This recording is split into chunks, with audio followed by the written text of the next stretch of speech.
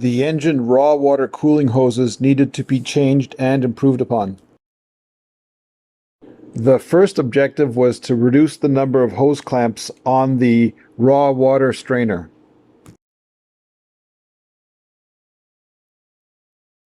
The strainer had a non-standard 1 1/8 inch connection, but with a bit of heat I managed to get the 1-inch braided vinyl hose onto it. Goal 2 was to add a valve to make winterizing the engine easier.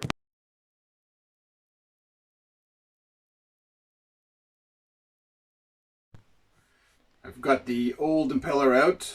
It wasn't too bad though, but you could tell it's starting to go. The blades are starting to split off. Well, that impeller was a little tougher to get on. They gave me this glycerin. This cam is what makes the pump work.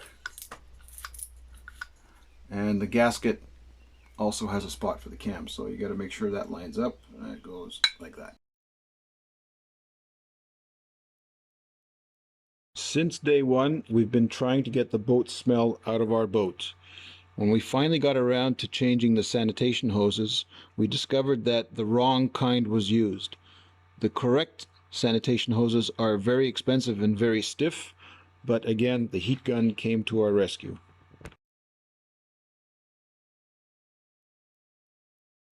We have 2 solar panels, one for each battery, and the wiring for both passes through the same port side cubbyhole.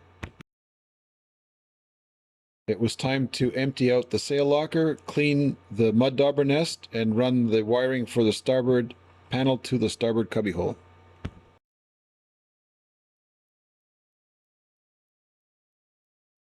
Our boat has 77-inch long windows and they leak. We assumed replacing the gaskets would solve the problem, and we managed to find a supplier with a similar profile, but it was too stiff to get into the corners properly. And the windows still leaked, and that's when we discovered this problem. That 77-inch hole in our coach deck is too big of an unsupported opening.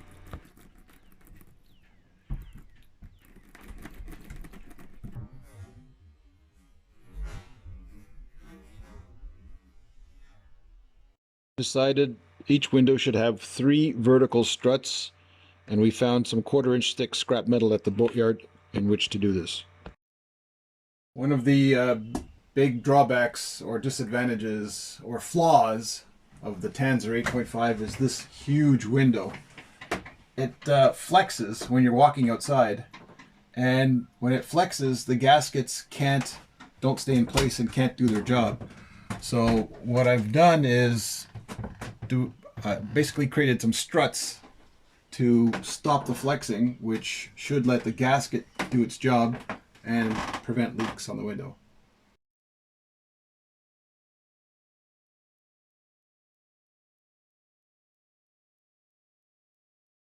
Right as I started to spray paint, it started to rain, so I had to cover it up with the cardboard box.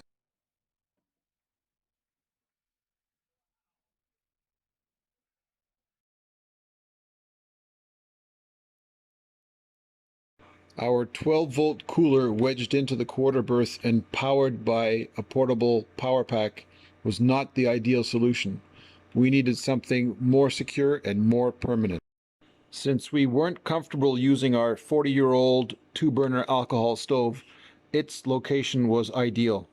The plan is to run the wiring for the fridge and the toaster oven, and actually the kettle and the element, to the junction box here, put the hole through here, run it underneath the counter, underneath here, and then to the power supply, which is here.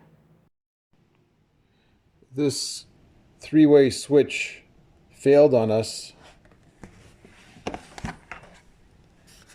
You can see how it's burnt there.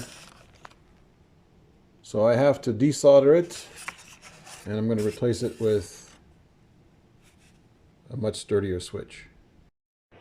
Our knot meter, or speedometer that measures nautical miles per hour, still works, but the LCD display has become so degraded that you can't read the numbers.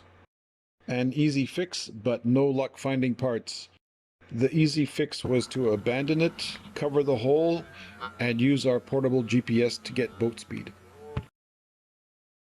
Having a loose access door for the anchor locker was getting old. Not that we were doing a lot of anchoring, but it's also where the holding tank pump out is located. The door is not flush with the deck, which meant I needed to shim the deck side. I decided to use Lexan as the shim material. It's a beautiful, calm morning to be installing the hinges on my anchor locker. So one hinge is done, and I'll show you how I did it. Of course, there's butyl tape underneath everything. Chamfer it, camphor it. There we go. Push out the butyl tape. This new locker hinge for the hinged locker door for the first time.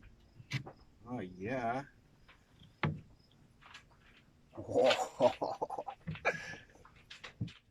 Of course, now I had to put rust converter on the rust and paint the anchor.